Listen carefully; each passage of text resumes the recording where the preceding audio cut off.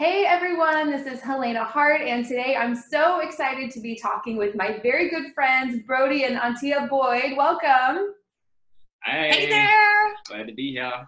I'm so excited to be talking with you guys again. We recorded a video recently on the surprising thing that helps to deepen the connection and intimacy in relationships. And that video just got such an amazing response and so many requests to bring you guys back on. And I have to say, a question I've been getting from so many of the amazing women here in my community is how to apply some of these tools that I teach, like feminine energy and being your authentic self, within the context of long-term relationships. A lot of women on my channel now are in long-term relationships, wanting to keep that connection going and really bring that man closer, right? And so I know you guys are the perfect couple to bring on and talk about this. For those of you who don't know these two, they are relationship coaches. They're actually married to each other, and they're total experts in helping women magnetize the right man to them, whether they're single and looking to attract their soulmate, or if they're in a relationship and they're looking to bring their man closer than ever before. So I'm really excited. I would love, for those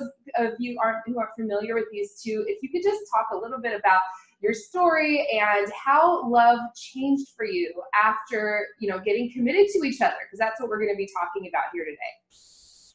Yeah, totally, Helena. And in order to actually understand how it changed for me, it's important to just quickly go back to what was happening before I met my husband, because I had really sort of this anxious attachment style. I had trust issues. I was attracting emotionally unavailable men, meaning one moment they came on really hot and heavy, and the next moment they dropped me like a hot potato.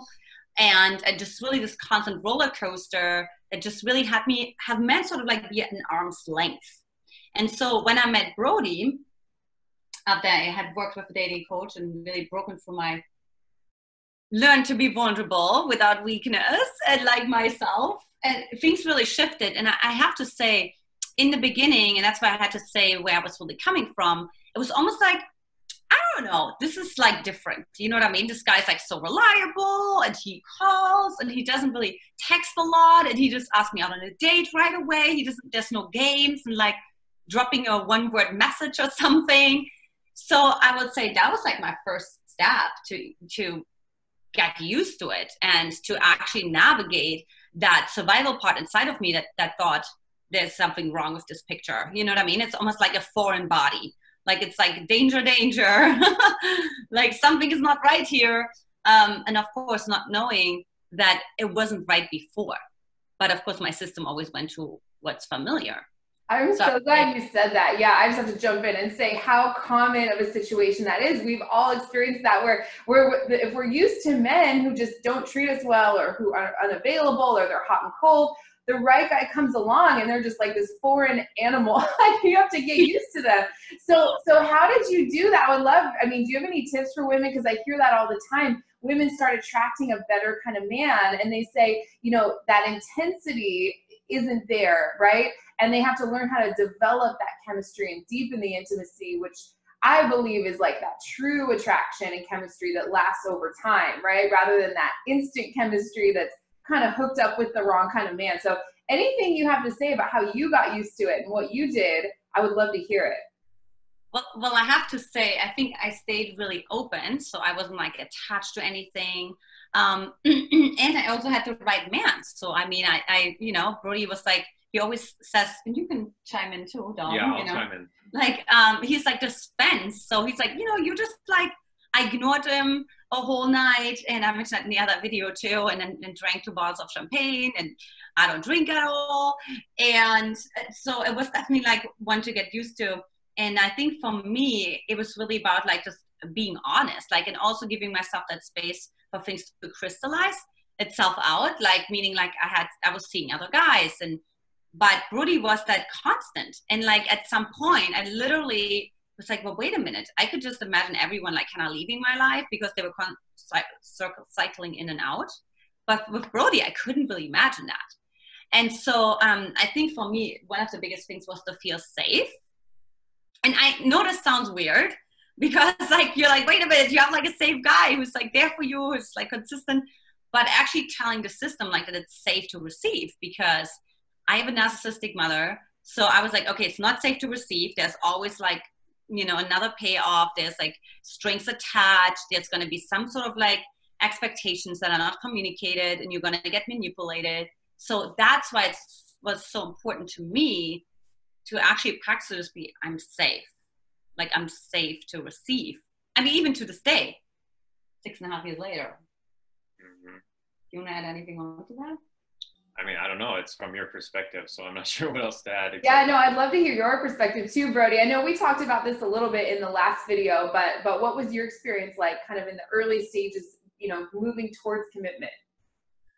Yeah, so I would say, like, after we started dating each other, it was really about her system. I could tell was freaking out a bit. And I think when I'll talk about some of the things she did well, I feel like that kept the relationship sustaining, because I think that might be a better approach. So Antia was really self-aware, and I think she was able to watch the fear inside of her coming up and was able to speak to it. So I think that's one thing that went really well when we were dating, is that she would bring up things like, you know, I tend to not have relationships last past three weeks, and I interpreted that as because she sabotages it after 3 weeks. And, but it was good that she told me that, because then I could kind of understand, okay, that's maybe good to know. And so of course, as 3 weeks started getting closer, she started acting a little funny, and I'm like, okay, this is interesting. And then she tried to break up with me, and some different things happened. Like she said, ignoring me at the party.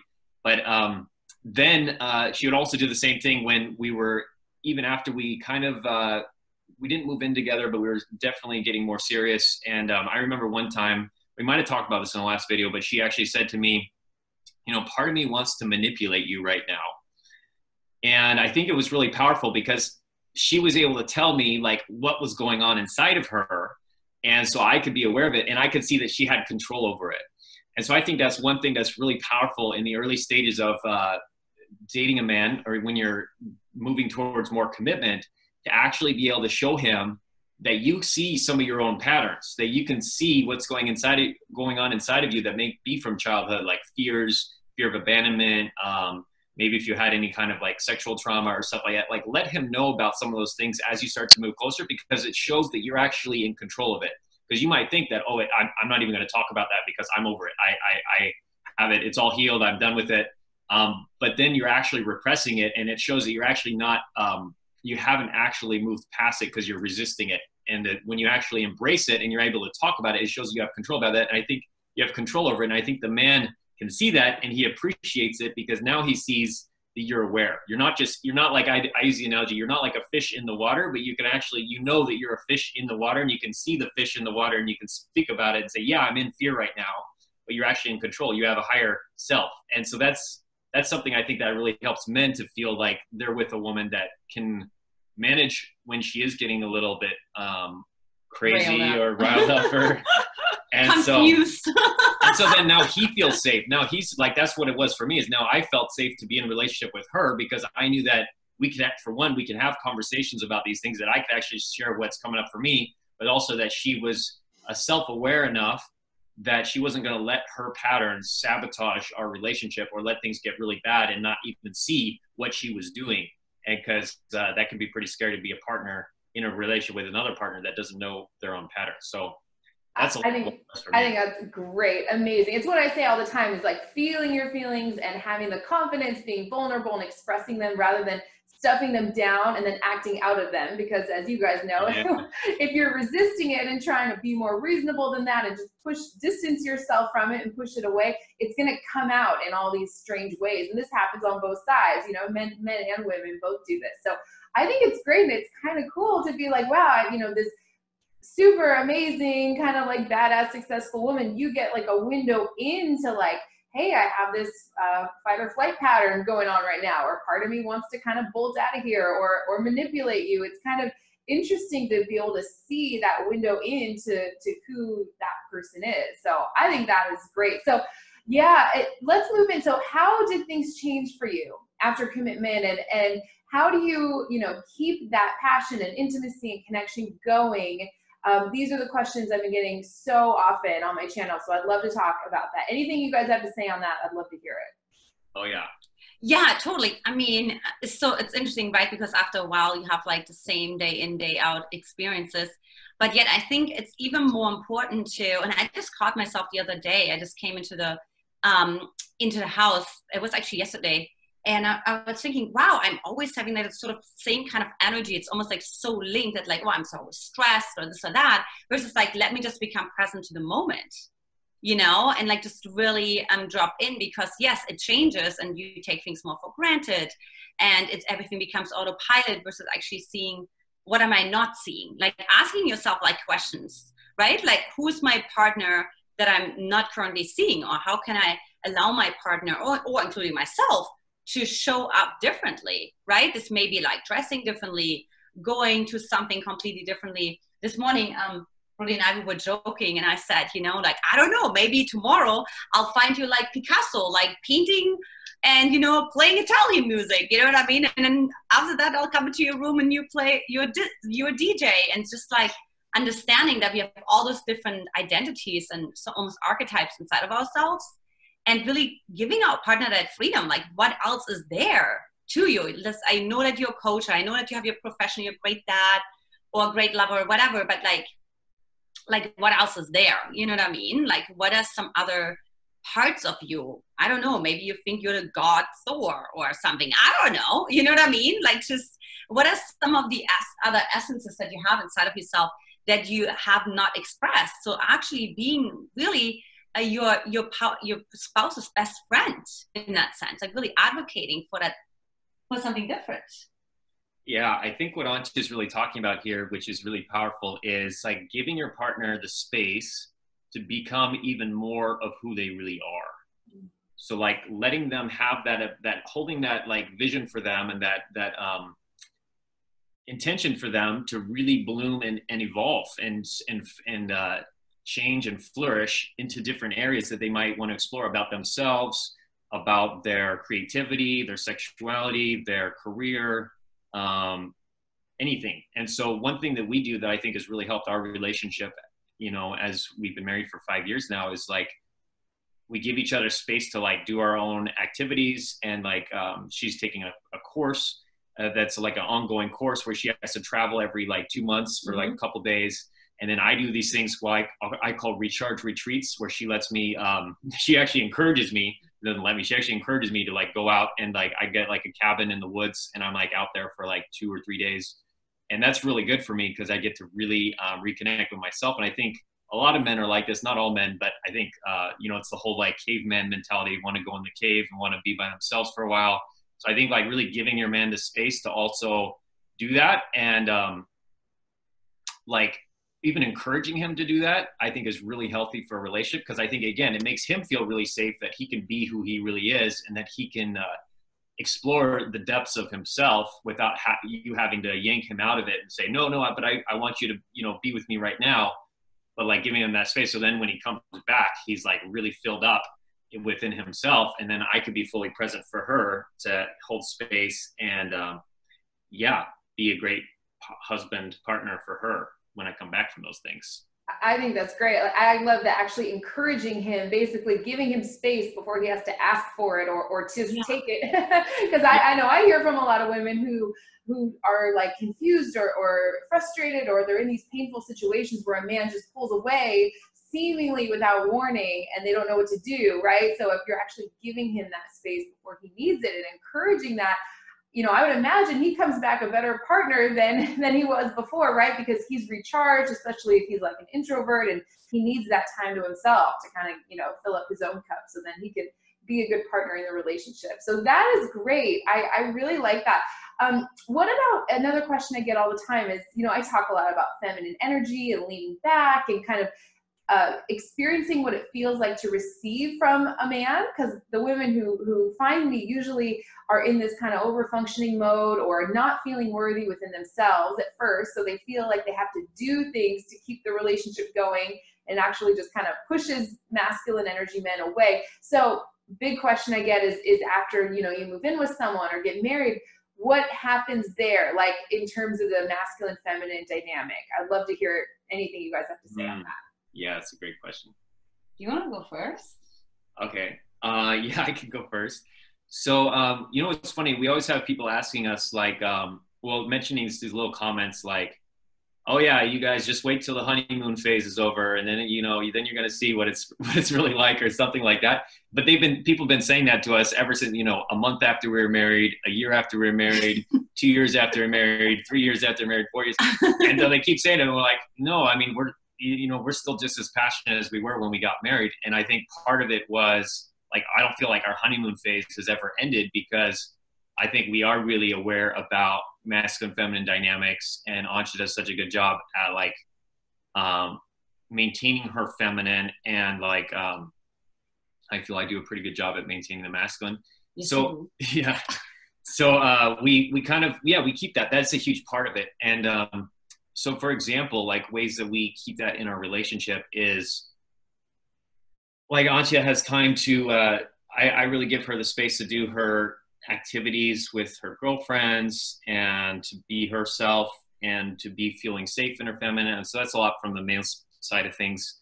But I think one of the things she does that she keeps that energy really well is I think she also makes sure to balance herself. Like when she's getting too much into her masculine perhaps and being like too harsh or too in work mode, I think she really does a good job at taking time to notice when she's being too harsh. First off, what we talked about, the awareness, like noticing that she's been too harsh. Like we even had this conversation like last night even, where she was talking about how, you know, she wants to get even better about catching herself when she gets in that mode. And I talk about how nice it is, you know, when she does catch herself, and how it is brings so much harmony to the relationship. So it's like the awareness and like the softening, and also allowing herself to be in her little girl energy and to dance or to sing or to play or to go on a walk, or like, what is some of the self-care things? So those are some of the things from Maya. Maybe you could talk more about. Never mind that everything is pink here. My journal is pink, and you know what I mean? Like sometimes I I got like the pink glasses too. And I just write things. It helps because I think these things, like the little subtle reminders, like even look at like her phone case, you know, it's like it's subtle reminders of like what's more feminine than that, you know? It's like all this sparkles. It's like subtle reminders probably for her subconscious as well, of like the little girl and this like playful energy, you know? But it's also, I feel like I want to receive from him, you know what I mean? Because I could be just like, oh, I can do it myself or something like that. But I let him make the decisions, because I feel like I can make the decisions. I came to US by myself, so I can very well make good decisions. If I want something, I can get it.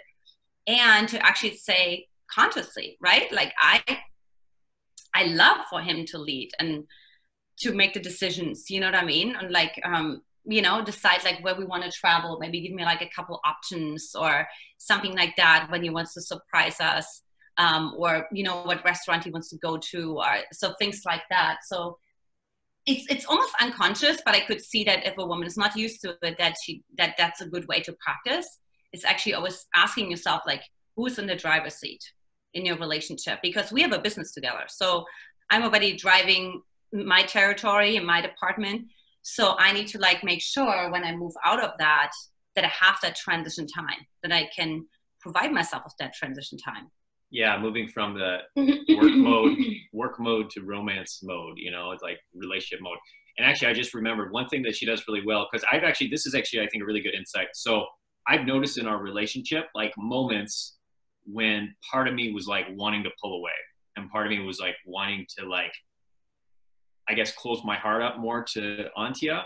But then what stopped it, and I think this is really important of what she would do, is what it was about was the appreciation.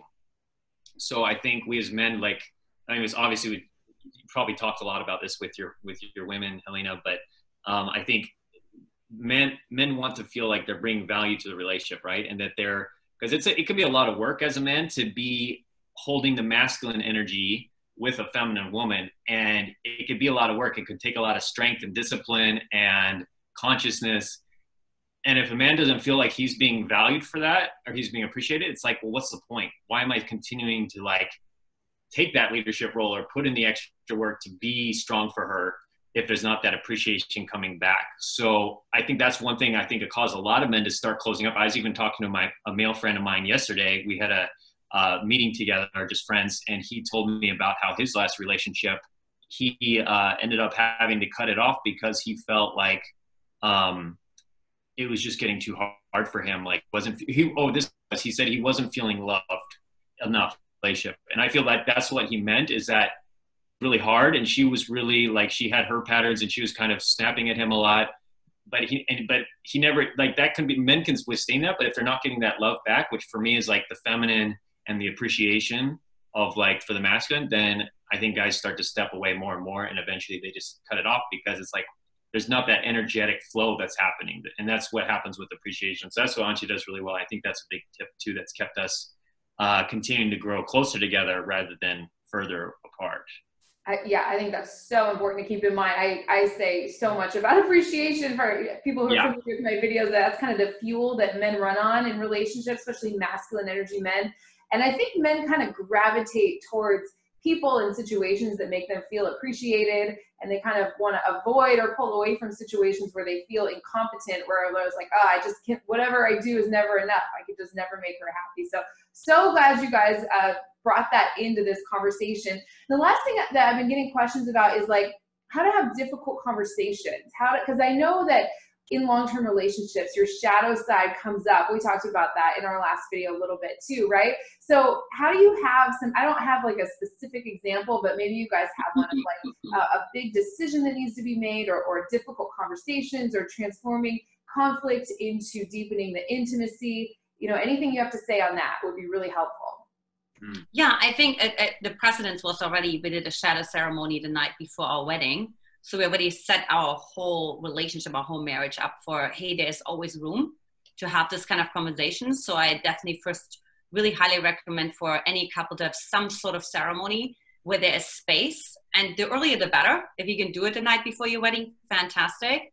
Like we talked about in the last interview, the shadow ceremony. Yeah. I'll actually include a link to the last one in the description, because I'm sure people might be good. About your story. So everyone go check out that video too if you haven't yet. So it's like, okay, so first of all, providing the space, so you have context, right? And then you're like, okay, cool.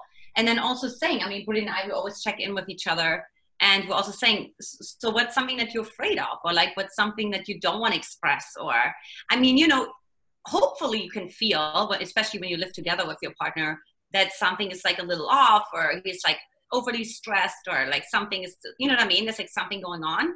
And hopefully there's like an openness there in the relationship that the partner can at least say like what it is.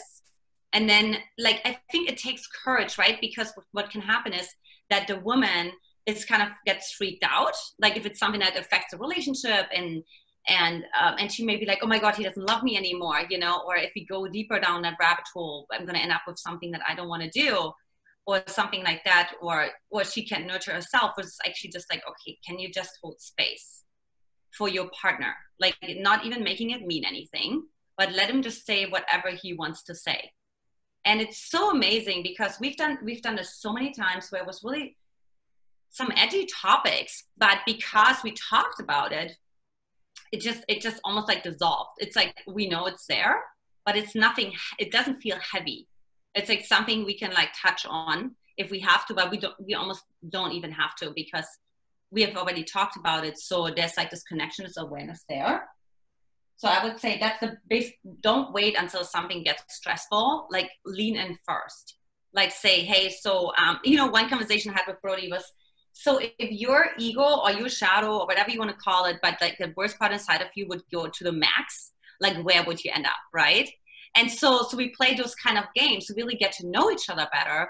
And it really creates such a tremendous amount of trust in the relationship, because if I as a partner know, wow, my partner's asking me, who am I at my worst, basically, and I just want to know. I'm just curious, you know what I mean? I'm just curious, and just knowing what I'm holding space for, it just really transforms everything.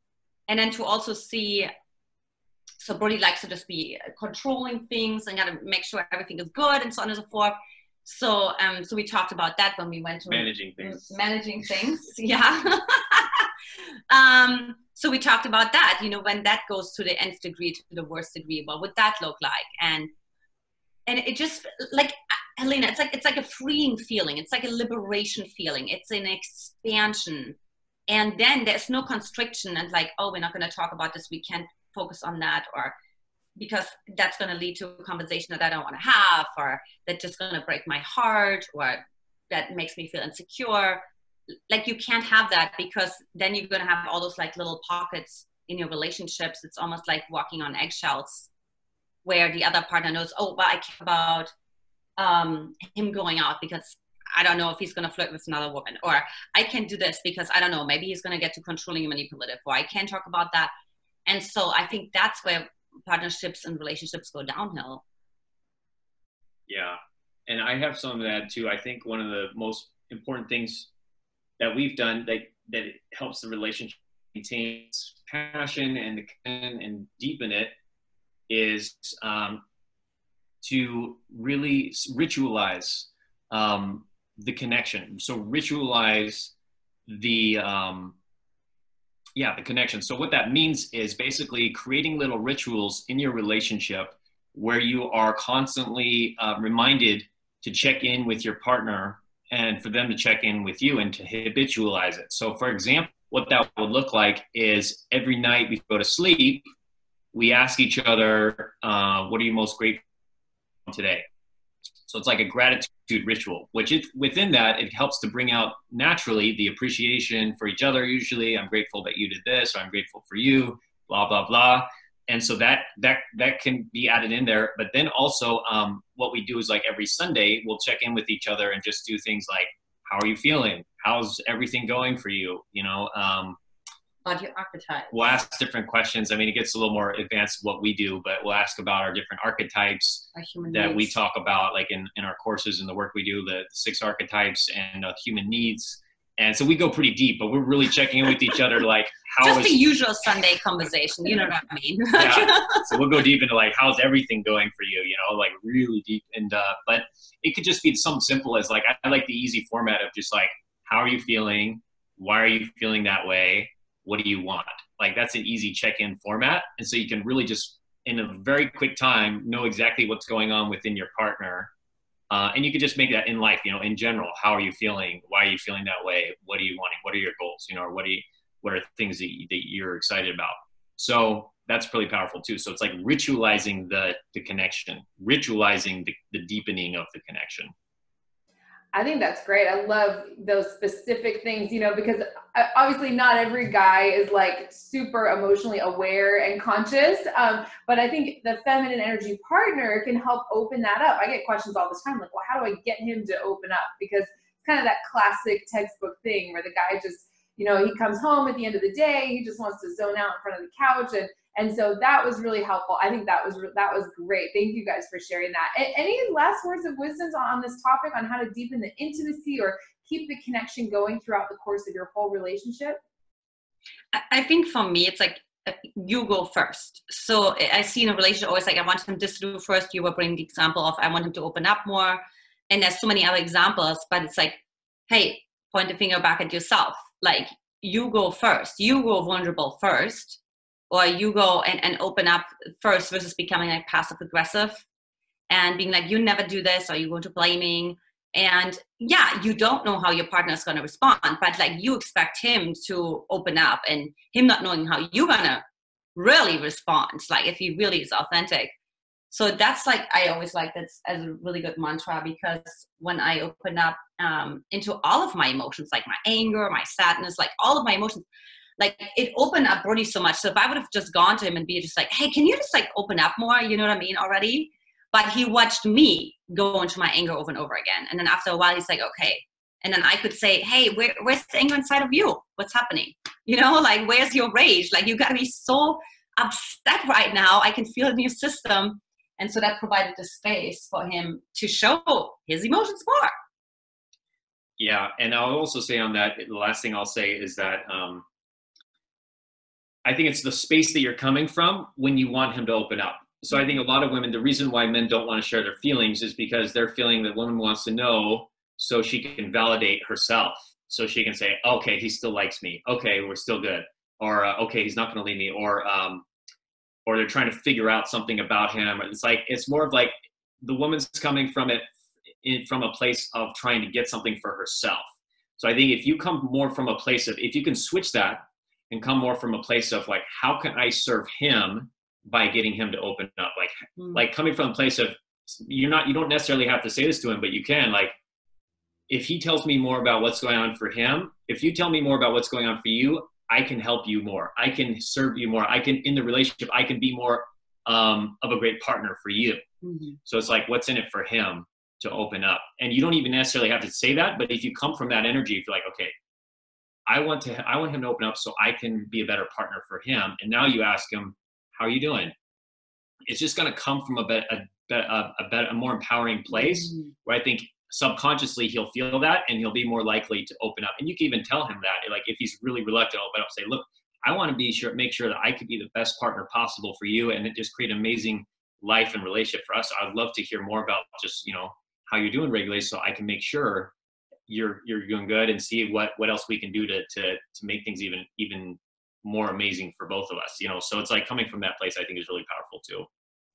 I think it's really important to keep in mind, because it can be easy to get caught up in like, well, my needs aren't getting met, and that's just makes it manifest exactly. down more and more when you're coming from that place. So I love that, coming from curiosity rather than subtly trying to push your agenda onto him. So very important. I love that. I love everything you guys share. Thank you so much.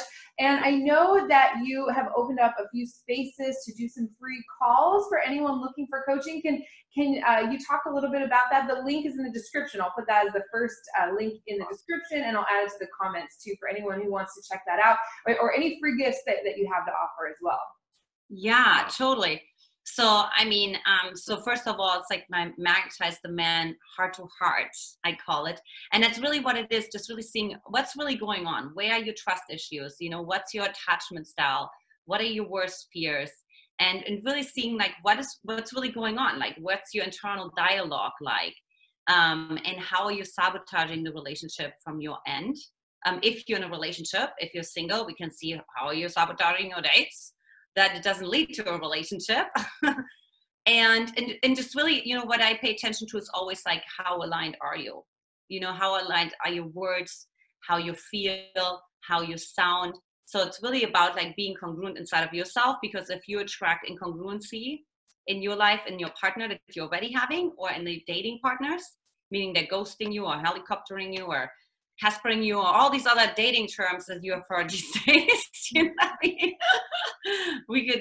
I can definitely help you to break through that and have a map to have this epic love life that we have. Amazing. That is so generous. And I know that some of the amazing women in my community have started to take you up on that and get the free call and work with you. And so I'm so happy to just be able to offer that, because I know you guys are incredible, powerful coaches. Anything else you wanted to offer? Any free gift or anything else they get for signing up for that?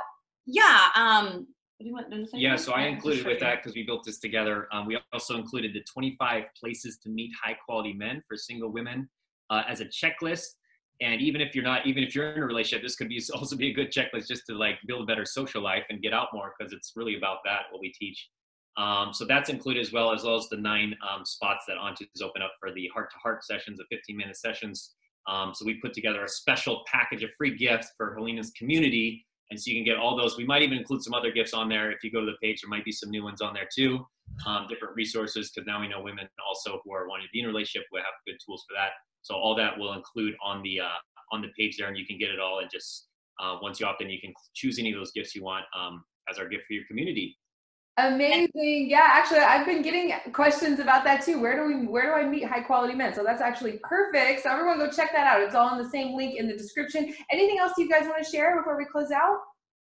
Yeah, and so if you don't end up being able to get one of those 9 slots, I also invite you to join our free Facebook group. There's always valuable information and tools and videos in there. And that link for that will be also below as well. And other than that, just follow us on my YouTube channel.